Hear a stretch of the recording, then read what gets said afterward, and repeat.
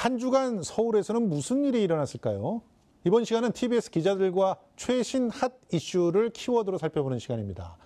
자, 오늘은 이강훈 기자와 함께합니다. 안녕하세요. 안녕하세요. 예. 자, 첫 번째 키워드부터 살펴볼까요? 네.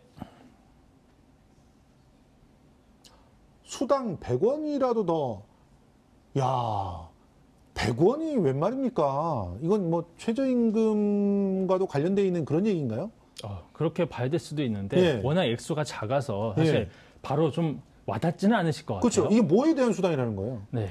이게 바로 배달 수당입니다. 아니, 배달 수당 100원. 네. 배달 수당이 100원이 보통 한 1,000 얼마 정도 되지 않아요? 배달이 과연 수당의 의미가 있을까 싶으시죠? 예, 예. 네. 이게 패스트푸드 배달원들의 그 수당입니다. 예.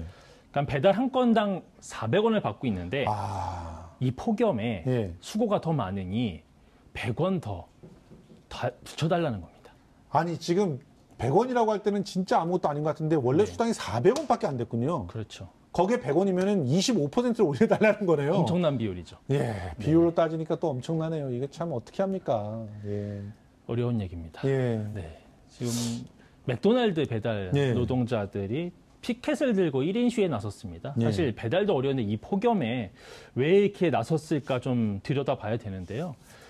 사실 지금 이 폭염에 배달 자체가 사실 어렵기 때문에 예. 워낙 고행이고 그렇다고 한다면 이게 거의 재난 수준이기 때문에 그렇죠. 어느 정도의 좀 수당을 좀 붙여줘야 되는 게 아니라는 요구가 있었고요. 예. 사실은 이 내용이 전부는 아닙니다. 예. 이건 부수적인 요구고 더 중요한 것은 너무 뜨거운 시간대에는 배달 서비스를 좀 중단해달라는 그런 요구가 기본입니다. 저도 그렇게 좀 생각합니다. 네. 위생적이지도 않지 않나요? 지금 38도, 39도 되는데 네네. 한낮에 그 패스트푸드 만들어가지고 가져가는 도중에 무슨 일이 생길지도 모르고 솔직히. 그렇죠. 그러니까 되도록이면은 뭐 한 2시부터 4시까지는 배달이 안 됩니다. 이런 거 할 수 있지 않을까요? 사실 그렇죠. 예. 그런데 그게 또 만만치는 않죠. 또 왜요? 상식적으로 생각해 보면 뭐 업체들은 당연히 마케팅에 손실이 있을 수 있고 예. 또 만약에 시간급을 받는 뭐 아르바이트형 근로자라고 한다면 당장 자신의 근로 시간이 줄어드니까 아, 그렇기도 해요. 또 뭐 보수에 뭐 영향을 줄 수도 있고. 아니, 근데 정말 이 폭염에 고생들 많이 하더라고요. 정말 많습니다. 예. 지금 이제 1인 시위에 나선 그 배달원이 이제 언론을 통해서 고충을 토로한 부분이 있어요. 예. 잠깐 한번 볼까요? 예. 여기 보면은 교차로 신호대기가 걸리면 죽음이다. 예. 온몸이 땀범벅인데 숨이 막힌다. 또 버스가, 도로에 아지랑이가 예. 피어오르는 걸 보다 보면 집중력을 잃기도 한다. 예. 아차하는 사고가 난다. 예. 그러니까 교차로에서 상황인 거죠.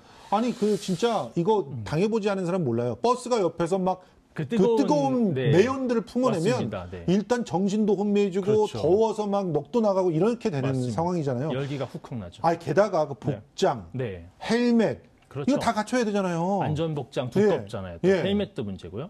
근데 오늘 아침 이제 관련 뉴스에서 제가 이런 댓글도 봤습니다. 한 배달원이 직접 올린 것인데 이를테면은 이 헬멧을 잠깐이라도 벗고 싶은 마음은 드는데 예. 이 헬멧 안에 그 이어폰하고 통신 장치가 있어서 맞아요. 실시간으로 그 전화를 받지 않습니까? 예, 예. 그러니까 헬멧을 잠깐 벗었다가 전화를 못 받을 수 있고 난리 나는 거죠. 그러니까 벗을 예. 수가 없다라는 거죠. 예. 너무너무 힘들다. 뭐 이런 댓글도 아니, 있어요. 근데 여긴 어때요? 공공 영역, 그 우편 배달부. 네네. 이런 부분들은 좀 이렇게 조정할 수 있지 않을까요? 그렇죠. 워낙 숫자가 많고 또 이제 그 노사 간의 어떤 협의 시스템이 있는 곳이니까 예. 아무래도 좀 숨통이 트일 수는 있습니다. 하다못해 그래서 옷이라도 좀 바꿔 입게 한다거나. 그렇죠. 맞습니다. 사실 이제 우편 배달원들의 옷이 그렇게 두껍진 않은데 예. 중요한 거는 이제 근무 시간이거든요. 예. 근데 우정사업본부가 이번에 노사 협의가 있었습니다. 바로 예. 그저께였는데 이런 그 낮 시간에 1시간 정도 휴식 시간이 있던 것을 2시간으로 이제 늘리는 그런 부분에 대한 조치가 좀 있었어요. 예, 다행이네요. 그런데 사실 이 폭염이라는 게 아시겠지만 이게 뭐 낮 시간대 잠깐 한두 시간의 것은 아니죠. 그렇죠. 네, 24시간 지속되니까. 알겠습니다. 네. 뭐 정부가 좀 특단의 제도를 갖다 좀 마련해야 되지 않을까 이런 생각이 듭니다. 네. 자, 두 번째 키워드로 네. 살펴볼까요? 현대판 코르셋 달라지나? 네. 이게 뭔가요? 현대판 코르셋? 뭘 얘기하는 거죠? 언뜻 생각이 안 나시죠. 요즘에 그 탈코르셋 운동 여성들에 대한 그런 얘기인가요? 그런 부분도 있고 예. 힌트 청소년들이 있습니다. 그럼 교복 얘기군요. 맞습니다. 예. 네. 청소년들한테는 교복이 코르셋으로 느껴질 정도로 진짜 네. 여름에 그 매우- 교복 입고 다니면 네, 너무너무 맞습니다. 덥잖아요. 꽉 끼고 덥고 예. 불편하고 그냥 반바지 말할 입고 수 다니면 안 없죠. 될까요, 좀? 그러면 좋은데요. 예. 하다못해 직장인들도 요새 쿨비즈 복장 그렇죠. 유행하는데 학교가 사실 더 느립니다. 예. 그런 어떤 개선이요. 예. 사실 아시겠지만 이 청와대 국민청원에 교복을 개선해달라. 예. 300여 건이 올라왔어요. 예. 예. 그래서 대통령도 사실 반응을 좀 보였죠. 그렇죠. 예. 그래서 교복 개선을 좀 검토를 지시했고 전국의 교육청들이 나섰고 예. 서울시 지금 교육청도 그래서 개선안이 좀 나왔습니까? 이제 공론화를 하겠다고 이제 그 기구를 꾸렸습니다. 예. 그래서 아직은 안 나왔지만 이제 올 하반기에 한 11월 정도에 좀 기본적인 대책을 내놓겠다. 예. 좀 학부모와 학생과 또 시민사회 의견을 듣겠다라는 예. 그런 조치가 있습니다. 아니 그래서 요즘 일부 학교에서 네네. 그 반팔티, 반바지 네, 이런 식으로 여름 교복을 갖다 바꾸는 그런 시도를 하는 데가 있더라고요. 있죠. 예, 자율적으로. 사실 거슬러 올라가면 예. 이미 한 10년 전부터 있었습니다. 아, 그래요? 그랬는데 그런 게 전국적으로 확산되는 건 너무 어려운 그런 단계였던 것 같아요. 예. 교복 하나 바꾸는 것에 대해서 사실은 어떤 학교뿐만 아니라 동문회에서도 또 간섭이 나오기 아, 때문에 동문회도 왜 관섭을 하는 거예요? 자기가 학교 다니는 것도 아닌데.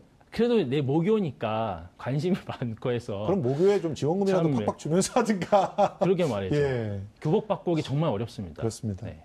자, 그럼 세 번째 키워드 한번 가볼까요? 네. 설마 내 베개가. 아, 이게 라돈 얘기군요. 맞습니다. 예. 네, 또 터졌습니다. 예. 3개월 만입니다. 대진 침대 논란으로 국민적인 그 어떤 그 우려가 있었던 라돈이 이번에는 유명 가구 겸 생활용품 업체죠. 까사미아의 예. 제품에서 나왔습니다. 아니, 이건 대진 침대 사례가 있는지 3개월밖에 안 됐는데. 네네.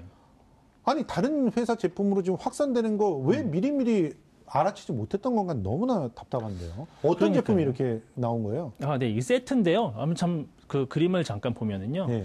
이게 한 10cm 두께의 이게 매트가 있고요. 예. 이 베개까지 해서의 세트입니다. 아, 요거는 토퍼라고 하죠, 보통. 네, 매트 위에 맞습니다. 올렸는데. 네, 맞습니다.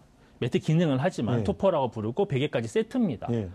2011년 제품입니다. 예. 이거 당시에 한 TV 홈쇼핑사를 통해서 판매가 됐고요. 예. 그때 한 2,000건 아이고. 정도가 팔렸습니다. 많이 팔렸네. 이후에 이제 재고는 없는 상태였죠. 예. 제가 몇 년 지나긴 했습니다. 아니, 근데 지금 일단 정부는 수거 명령 내리고 네. 리콜 조치를 하고 있다고 하지만 네.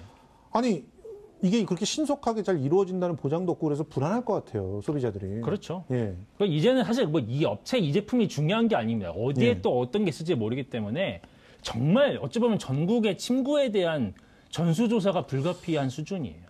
그러니까 이번에도 네. 소비자가 직접 이걸 또 발견했다면서요? 그렇죠. 예. 요새 뭐 자치단체들이 그 측정 장비를 빌려주기도 하거든요. 예. 그걸 통해서 아마 큰 의심 없이 했을 텐데 예. 나오면서 얼마나 당황했을지 심히 이제 우려가 됩니다만 결국 각 가정에서 이 작업을 해야 되지 않나 싶은 단계가 왔습니다.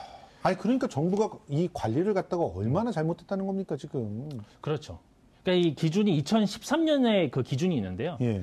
그 이후로는 이 방사성 물질에 대한 어떤 감독을 해야 하는 법안이 이제 생겼죠. 아. 근데 그 이전에는 없었기 때문에 예. 사실 또 이 침구라는 게 뭐 한 번 사서 모든 가정에 다 몇 년 쓰고 바로 버리는 건 아니잖아요. 그렇죠. 알뜰하게 뭐 빨아 쓰면서 예. 뭐 몇 년을 쓸 수도 있고. 그렇죠. 그 이전의 것들은 뭐 관리 대상이 없었으니까 예. 아마 여러 가지 상태가 있을 겁니다. 그렇습니다. 네. 그러니까 결과적으로 정부에서도 그렇고 네. 이제 판매를 하는 기업에서도 그렇고 사회적 책임을 다하지 않고 있는 게 아닌가 이런 생각이 드는데요. 네. 아이들을 키우는 부모들의 불안감이 더욱더 커지는 그런 시점이기 때문에 네. 정부에서 정말 네. 좀 실질적인 대책을 좀 내놔야 되는 거 아닌가 이런 생각이 드는데 맞습니다. 이광훈 기자님 그 정부에서 뭐 움직이고 있는 거라든가 이런 대책이라든가 이런 얘기들 좀 나온 거 있습니까? 아직까지는 없습니다. 없어요. 네, 있으려면 이건 정말 전수조사감인데요. 예, 예. 이게 또 뭐 3개월 만이긴 했지만 예. 어떻든 이게 특정 사회 특정 제품에서 일단 나오니까 예. 어떤 뭐 바로 종합적인 대책으로 이어지기는 어렵고 예. 기존의 제품들에 대해서는 강화는 하겠죠. 예. 근데 이전의 것들에 대해서는 소급해서 어떻게 다시 재조사도 어렵고 하기 때문에 계속 이렇게 하나씩 터지는 사태가 있을 수 있고 예. 이걸 어떻게 각 가정에서 사실은 알아서 먼저 대처를 해야 되는 그런 말도 안 되는 모양새가 사실 됐습니다. 차라리 그럼 자치단체 좀 나서서 네네. 그 전수조사를 갖다 먼저 네. 해보는 건 어떤가 하는 생각도 일종의 좀 그 듭니다. 뭐 가스 점검 방문하듯이 그렇죠. 예. 그냥 직접 조사가 불가피한 상황입니다. 알겠습니다. 앞으로 서울시의 어떤 조치도 한번 네. 기대를 해보겠습니다. 자, 지금까지 키워드로 보는 서울 이강훈 기자와 함께했습니다. 고맙습니다. 고맙습니다.